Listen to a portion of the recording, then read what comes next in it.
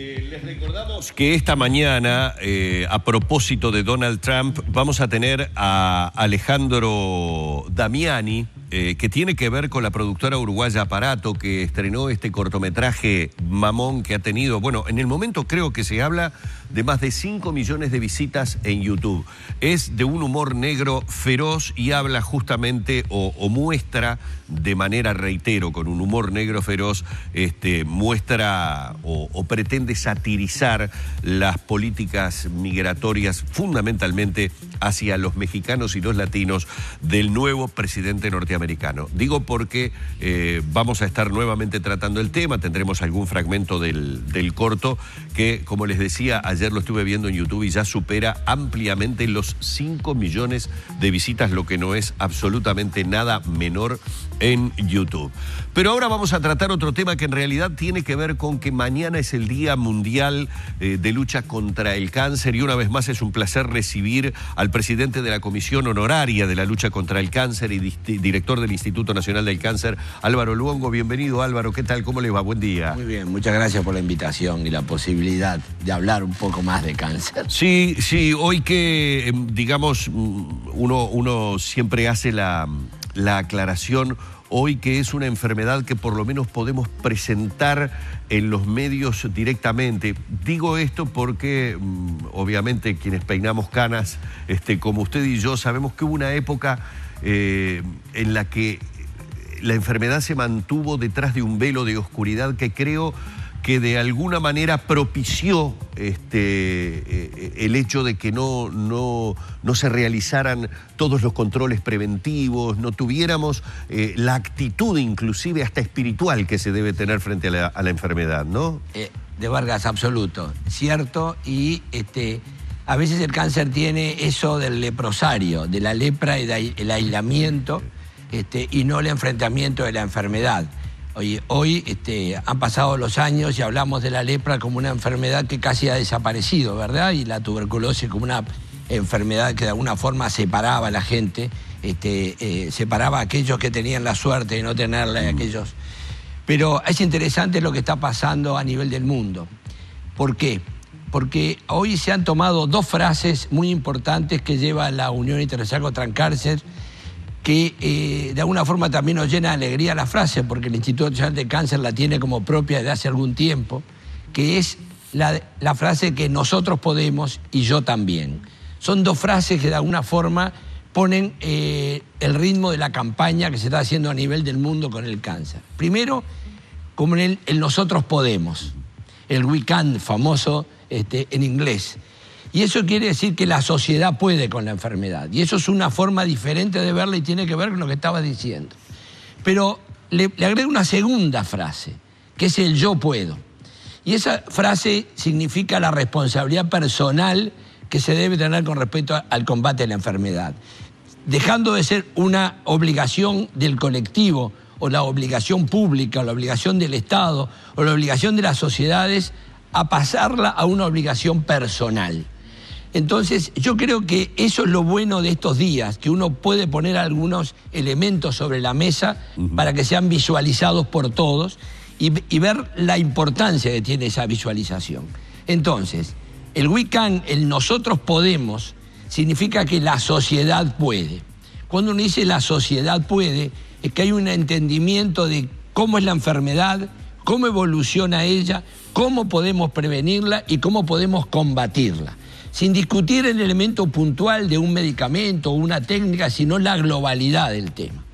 Y en esa globalidad del tema, lo más importante, yo siempre digo, es que si el Uruguay bien sigue siendo uno de los campeones del mundo y seguimos con ese título horrible de tener la mayor incidencia de cáncer del mundo y tener una mortalidad muy grande, venimos bien posicionados en que si bien la incidencia es alta y es por una selección, ¿selección de qué? Selección de que no mueren los uruguayos de otras enfermedades. Y se van seleccionando las enfermedades que son no transmisibles y que son enfermedades crónicas y que tienen en ese momento de cronicidad el estar permanentes, presentes y que van a seguir presentes. Entonces, en ese concepto de que nosotros podemos hacer un diagnóstico más precoz, podemos hacer un tratamiento más adecuado, podemos tener filosofías para prevenir esa enfermedad y sobre todo toda la sociedad puede colaborar para eso. Pero si no aparece el yo puedo, todo ese esfuerzo se cae. Y en el yo puedo está, mujeres, háganse más Papa Nicolau, mujeres, háganse más estudios de mama, mujeres, háganse más estudios de colon con los FECATES. ¿Por qué?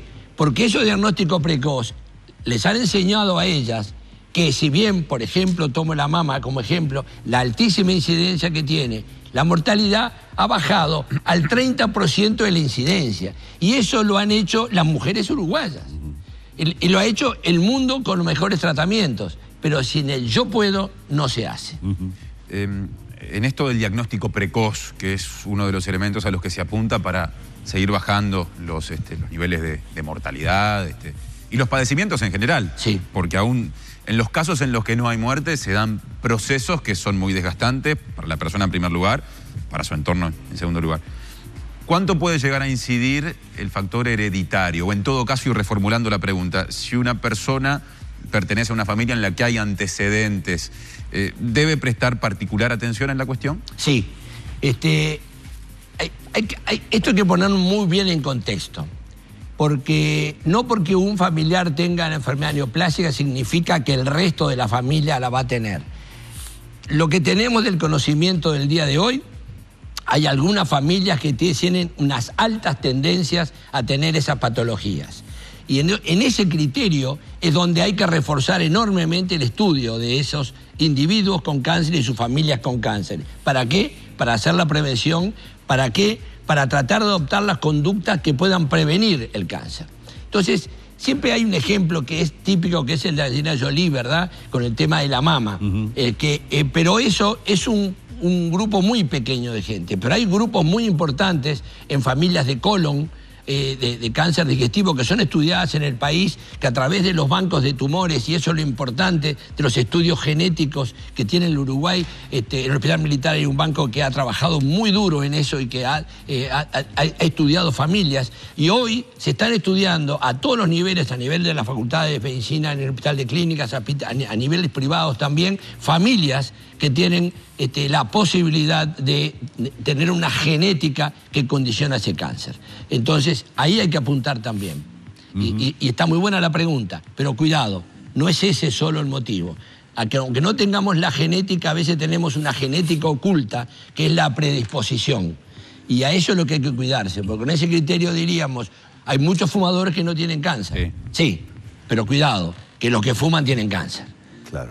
Entonces, cuidado porque tenemos una genética que no conocemos, que vamos a conocer de seguro de futuro, que tiene que ver con la predisposición al cáncer.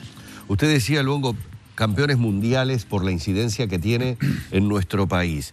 De alguna manera, a nivel internacional, cuando me imagino en diferentes... Digo porque mañana estamos hablando de un día mundial, ¿no?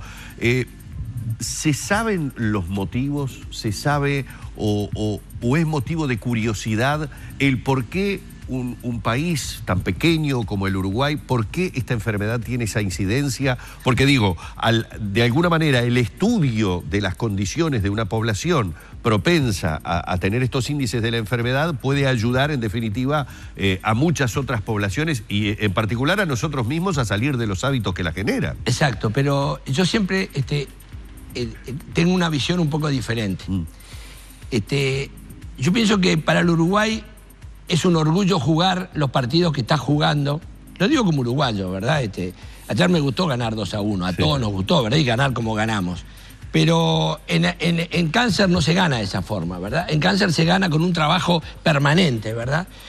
El Uruguay, de alguna forma, es un país muy especial, porque es un país que tiene, primero, un desarrollo a nivel de su salud que es envidiable para todos los países de América, por supuesto, ¿verdad? Segundo, tiene estadísticas correctas, que el resto del mundo no las tiene. Por lo tanto, cuando uno cuenta todos los papeles que tenés arriba de la mesa y son los correctos, y los comparás con la mesa de al lado, tú no sabés si la mesa al lado contó bien o contó mal. Ajá. Entonces, para mí es un orgullo que Uruguay muestre sus cifras reales, porque las tiene.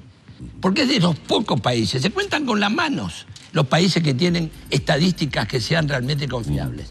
Entonces Uruguay tiene estadísticas confiables, tiene una longevidad muy importante Uruguay. Eso le da un problema bárbaro al BPS. Claro. Pero desde el punto de vista de lo que es la vida de los uruguayos vivimos mucho, a Dios gracias. Y nos hemos salvado de otras patologías como es los IMAE que nos han puesto las enfermedades cardiovasculares y los tratamos casi todos. Y entonces, ¿qué es lo que está pasando? Va a quedar una población tan adulta que una enfermedad crónica, como es el cáncer, una enfermedad degenerativa, como es el cáncer, y una enfermedad no transmisible, como es el cáncer, es la que empieza a quedar. Claro. Entonces, ¿es malo? Bueno, es malo, pero significa un estado muy importante de la salud a nivel de país. Y sin hablar de política, yo digo, fíjense que el gran problema que tienen los países del norte es que haya una salud para todos.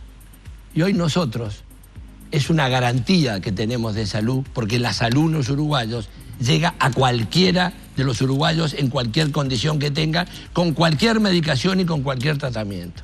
Y eso es un orgullo. Entonces, por eso a veces se dan estas características. Cuando hablamos recién de digamos, los tipos de cáncer más comunes a nivel de mujer, hablamos de mama, de colon, si no me equivoco, de cuello de útero. Sí. Sí, ¿está bien? Y pulmón. Y pulmón. Empieza a subir ahora, colon. Empieza a subir. Sí. ¿Qué decir en el caso de la población masculina? La población masculina, el récord lo tiene en próstata. Claro. Pero lo más gracioso y lo más lamentable es que si bien tenemos mucho cáncer de próstata y los hombres mueren de cáncer de próstata, cuidado, seguimos teniendo mucho cáncer de pulmón y morimos por cáncer de pulmón que por el cáncer de próstata. Pero ¿saben cuál es el cáncer que mata más? Que no nos damos cuenta, y por eso la campaña que tiene la Comisión Honoraria, que tienen las sociedades digestivas todas, es el cáncer de colon. Sumado hombres y mujeres es el que nos mata más, claro, ¿verdad? Y que no podríamos decir que nos podríamos liberar de él totalmente con un diagnóstico oportuno.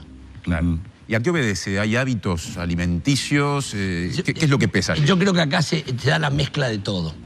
Y acá podría haber factores genéticos, se los dije, claro, que son, tiene que ver con los hábitos alimenticios también, debe tener con todos los hábitos de selección que tenemos. Pero lo podríamos solucionar, como podríamos solucionar el cáncer de cuello de útero, y que lo tenemos que solucionar el día que hagamos el trípode, que es el diagnóstico oportuno, la vacunación, ¿verdad?, y el tratamiento. Entonces, con ese trípode no debería morirse ninguna mujer de cáncer de cuello. Claro.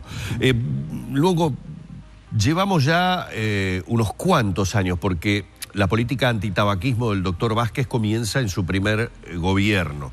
Continúa, obviamente, durante el gobierno de Mujica, se intensifica en este segundo gobierno del doctor Vázquez. ¿Qué resultados? Porque ya son unos cuantos años, por lo menos podríamos estar hablando de cerca de una década. No sé exactamente sí, a partir de qué momento, aquí está fallándome la memoria, le pido disculpas a la audiencia, a partir exactamente de qué momento el doctor Vázquez inicia la política antitabaco, pero creo que fue prácticamente al inicio. Al inicio de su gestión. Exactamente. ¿Qué resultados ya se han podido palpar? Porque son años suficientes como para hacer una evaluación. Bueno, yo creo que el Uruguay es uno de los países.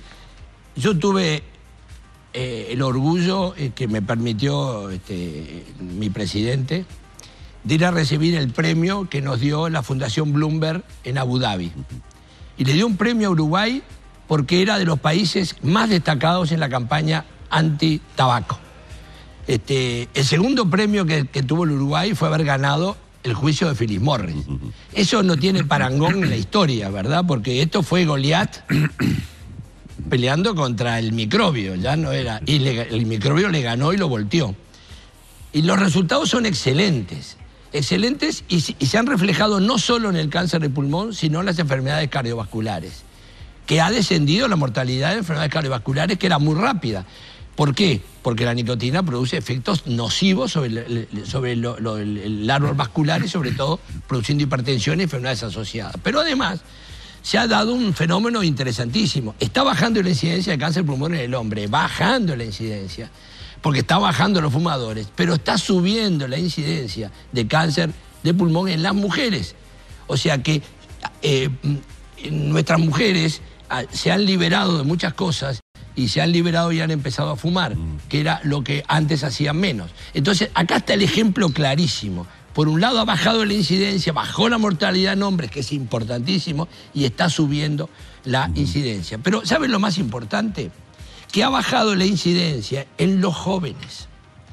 Y al bajar en los jóvenes se produce el gran efecto, claro, que es a la no continuidad de la agresión de la nicotina, del tabaco y el papel que se quema, porque miramos que el papel tiene una cantidad de componentes, el 6,4-benzopireno y otros componentes, que son más cancerígenos que la propia nicotina, ¿verdad? O sea que acá se suma el paquete entero de fumar, ¿no? Eso que dice usted nos hace por lo menos soñar o tener la expectativa de que generaciones futuras, con jóvenes que no se han volcado al hábito, evidentemente, bueno, criarán a sus hijos en una vida mucho más saludable, y la expectativa seguramente debe ser todavía de un mejoramiento aún mayor para generaciones futuras. Sin duda, y esos jóvenes van a tener que seguir las campañas del yo puedo, claro, que es hacerte los estudios, comer en forma razonable, hacer ejercicios, tener una dieta saludable, hacerte tus controles. La